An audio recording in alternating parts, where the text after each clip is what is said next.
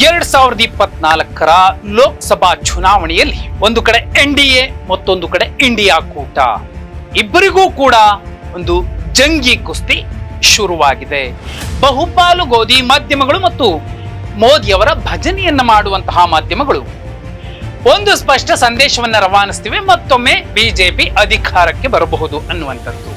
ಆದ್ರೆ ಇಂಡಿಯಾ ಮೈತ್ರಿಕೂಟ ಕೂಡ ಸ್ಪಷ್ಟವಾದ ಸಂದೇಶವನ್ನ ರವಾನಿಸ್ತಿದೆ. ಈ ಸಲ ಯುದ್ಧ ಸುಮಾರಾಗಿರೋದಿಲ್ಲ, ಬಹುದೊಡ್ಡ ಫೈಟ್ ನಡೆಯುತ್ತೆ, ತುರುಸಿನ ಪೈಪೋಟಿ ಇರುತ್ತೆ ಅನ್ನುವಂತಹ ಸಂದೇಶವನ್ನ ರವಾನಿಸ್ತಿದೆ. ಬಹುಪಾಲು ಆಡಳಿತ ವಿರೋಧಿ ಅಲೆ ಇರಬಹುದು, ಯಾವೆಲ್ಲ ಹೊಸ ಮುಖಗಳಿಗೆ ಮತ್ತು ಹಳೆಯ ಮುಖಗಳಿಗೆ ಬಿಜೆಪಿ ಟಿಕೆಟ್ ಕೊಟ್ಟಿದೆ ಅಲ್ಲಿ ಎಲ್ಲ ಕಡೆ ಗ್ರೌಂಡ್ ರಿಪೋರ್ಟ್ ಬೇರೆಯದ್ದೇ ಸಂದೇಶವನ್ನ ರವಾನಿಸ್ತಿದೆ. ಇದರ ಮಧ್ಯೆ ಶ್ರೀರಾಮ ವರ್ಸಸ್ ಶ್ರೀಲಕ್ಷ್ಮಿ ಅನ್ನುವಂತಹ ಯುದ್ಧ ಶುರುವಾಗಿದೆ. ಯಾರು ಶ್ರೀರಾಮನ ಪರ ನಿಲ್ತಾರೆ, ಯಾರು ಶ್ರೀಲಕ್ಷ್ಮಿಯ ಪರ ನಿಲ್ತಾರೆ? ಪುರೋಹಿತ ಶಾಹಿ ವ್ಯವಸ್ಥೆಯನ್ನು ನೆಚ್ಚಿಕೊಂಡಿರುವಂತಹ ಒಂದು ಪಕ್ಷ ಜೈ ಶ್ರೀರಾಮ್ ಅನ್ನುವಂತಹ ಸಂದೇಶ ರವಾನಿಸ್ತಿದ್ರೆ, ಮತ್ತೊಂದು ಕಡೆ ಜೈ ಭೀಮ್ ಅನ್ನುವಂತಹ ಸಂದೇಶವನ್ನ ಮತ್ತೊಂದು ಪಕ್ಷ ರವಾನಿಸ್ತಾ ಇದೆ. ಇಷ್ಟೇ, ಹಿಂದುತ್ವದ ಕಟ್ಟರ್ ನೀತಿಯನ್ನ ಪಾಲಿಸುವಂತಹ ಒಂದಷ್ಟು ಜನ, ಮೇಲ್ವರ್ಗದ ಸವರ್ಣೀಯ ಜನ ರಾಮ ಮಂದಿರ ವಿಚಾರವನ್ನ ಮೆಚ್ಚಿಕೊಂಡಿದ್ದಾರೆ. 1989ರಿಂದ ಇಲ್ಲಿಯ ತನಕ ಬಿಜೆಪಿ ತನ್ನ ಪ್ರಣಾಳಿಕೆಯಲ್ಲಿ ರಾಮ ಮಂದಿರದ ವಿಚಾರವನ್ನ ಹೇಳ್ತಾನೆ ಬಂದಿತ್ತು.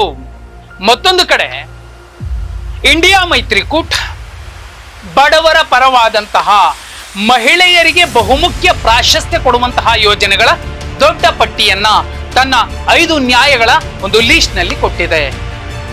ಯಾರು ಯಾರ ಪರ ನಿಲ್ಲಬಹುದು? ರಾಮ ಮತ್ತು ಲಕ್ಷ್ಮಿ.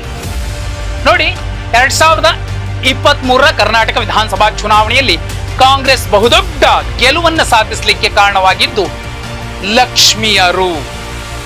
ಬಹುಪಾಲು ಹಳ್ಳಿಗಾಡಿನ ಹೆಣ್ಣು ಮಕ್ಕಳು, ನಗರದ ಮಧ್ಯಮ ವರ್ಗದ ಹೆಣ್ಣು ಮಕ್ಕಳು ಕಾಂಗ್ರೆಸ್ನ ಯೋಜನೆಗಳನ್ನ ಮತ್ತು ಪ್ರಣಾಳಿಕೆಗಳನ್ನ ನೆಚ್ಚಿಕೊಂಡ ಕಾರಣಕ್ಕೇನೆ ಕಾಂಗ್ರೆಸ್ 136 ಸ್ಥಾನಗಳನ್ನ ಗೆಲ್ಲುವಂತಾಯಿತು. ನೋಡಿ, ಈಗಲೂ ಕೂಡ ಸರಿಸುಮಾರು 1 ಕೋಟಿ ಹೆಣ್ಣು ಮಕ್ಕಳು ಗೃಹಲಕ್ಷ್ಮಿ ಯೋಜನೆಯ ಅಡಿಯಲ್ಲಿ ಪ್ರತಿ ಮಾಸ, ಪ್ರತಿ ತಿಂಗಳು 2,000 ರೂಪಾಯಿಯನ್ನ ಅವರ ಅಕೌಂಟ್ಗೆ ಬರ್ತಿದೆ, ಅವರು ಪಡ್ಕೋತಿದ್ದಾರೆ. ಇನ್ನು ಸುಮಾರು 1.56 ಕೋಟಿ ಕುಟುಂಬಗಳು ಗೃಹ ಜ್ಯೋತಿ ಹೆಸರಿನಲ್ಲಿ 200 ಯೂನಿಟ್ಗಳ ಉಚಿತ ವಿದ್ಯುತ್ ಭಾಗ್ಯವನ್ನ ಪಡ್ಕೊಳ್ತಿದ್ದಾರೆ. ಇವ್ರ ಜೊತೆಯಲ್ಲಿ 3.92 ಕೋಟಿ ಕುಟುಂಬಗಳು ಅನ್ನಭಾಗ್ಯ ಯೋಜನೆಯ ಫಲಾನುಭವಿಗಳಾಗಿದ್ದಾರೆ.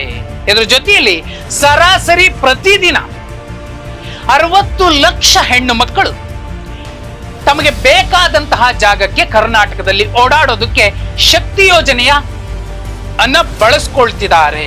ಒಂದು ಕಡೆ ಶ್ರೀರಾಮ ಅನ್ನುವಂಥವ್ರು, ಮತ್ತೊಂದು ಕಡೆ ಶ್ರೀಲಕ್ಷ್ಮಿ ಅನ್ನುವಂಥವ್ರು. ರಾಮನ ವಿಚಾರ ಸಾಕಪ್ಪ, ಇನ್ನೇನು ಬೇಕಾಗಿಯೇ ಇಲ್ಲ ಅನ್ನುವಂಥವರು ಕೂಡ ಪರೋಕ್ಷವಾಗಿ ಲಕ್ಷ್ಮಿ ಯೋಜನೆಗಳನ್ನ ಬಳಸ್ಕೊಳ್ತಿದ್ದಾರೆ.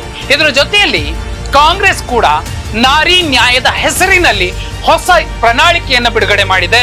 ಆ ಪ್ರಣಾಳಿಕೆಯಲ್ಲೂ ಕೂಡ ಲಕ್ಷ್ಮಿಯರಿಗೆ, ಮನೆಯ ಮಹಾಲಕ್ಷ್ಮಿಯರಿಗೆ ವರ್ಷಕ್ಕೆ 1 ಲಕ್ಷ ರೂಪಾಯಿಗಳ ವಿಶೇಷ ಗಿಫ್ಟ್ ಅನ್ನು ಅವರು ಸಬಲೀಕರಣಗೊಳ್ಳಲಿಕ್ಕೆ ಕೊಡೋದಕ್ಕೆ ಕಾಂಗ್ರೆಸ್ ಸನ್ನದ್ಧವಾಗಿದೆ.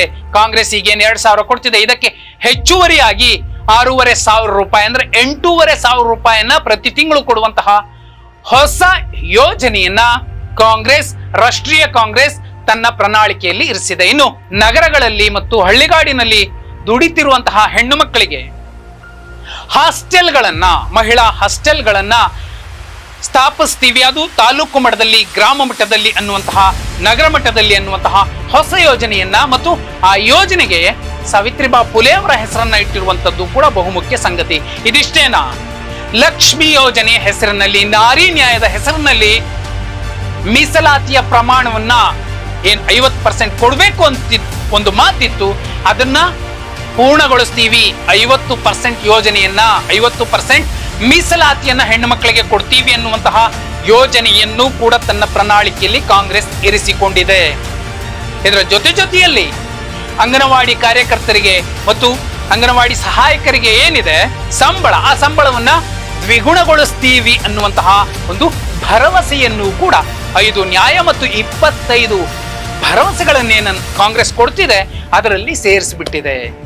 ಅಲ್ಲಿಗೆ ರಾಮ ಒಬ್ನೇ ಸಾಕು, ರಾಮನೇ ಎಲ್ಲ ಅನ್ನುವಂಥವ್ರು ಒಂದ್ ಕಡೆ ಕೆಲವರೇ ಇದ್ರೆ, ಬಹುಪಾಲು ಮಧ್ಯಮ ವರ್ಗದವರು, ಬಡತನದ ರೇಖೆಗಿಂತ ಕೆಳಗಿರುವಂತವ್ರು, ಈ ದೇಶದ ಮುಕ್ಕಾಲು ಪಾಲು ಜನ ಲಕ್ಷ್ಮಿ ಯೋಜನೆಯ ಪರವಾಗಿ ನಿಂತಂತೆ ಕಾಣ್ತಿದ್ದಾರೆ. ಒಂದು ವೇಳೆ ಕಾಂಗ್ರೆಸ್ ಗೆದ್ರೆ ಮನೇಲಿ ಒಬ್ರಿಗೆ 1 ಲಕ್ಷ ವರ್ಷಕ್ಕೆ ಸಿಗತ್ತೆ ಅಂದ್ರೆ ಒಂದಷ್ಟು ಸಹಾಯ ಆಗಬಹುದು ಅನ್ನುವಂತಹ ಲೆಕ್ಕಾಚಾರದಲ್ಲಿ ಒಂದಷ್ಟು ಲಕ್ಷ್ಮಿಯ ಪರವಾಗಿ ನಿಂತಿದ್ದಾರೆ. ಹಾಗಿದ್ರೆ ಶ್ರೀರಾಮನೋ ಶ್ರೀಲಕ್ಷ್ಮಿನೋ ಅನ್ನುವಂತಹ ಪ್ರಶ್ನೆಗೆ ನಿಮ್ಮ ಉತ್ತರ, ನಿಮ್ಮ ಮತ ಏನಾಗಿರುತ್ತೆ ಕಮೆಂಟ್ ಮಾಡಿ.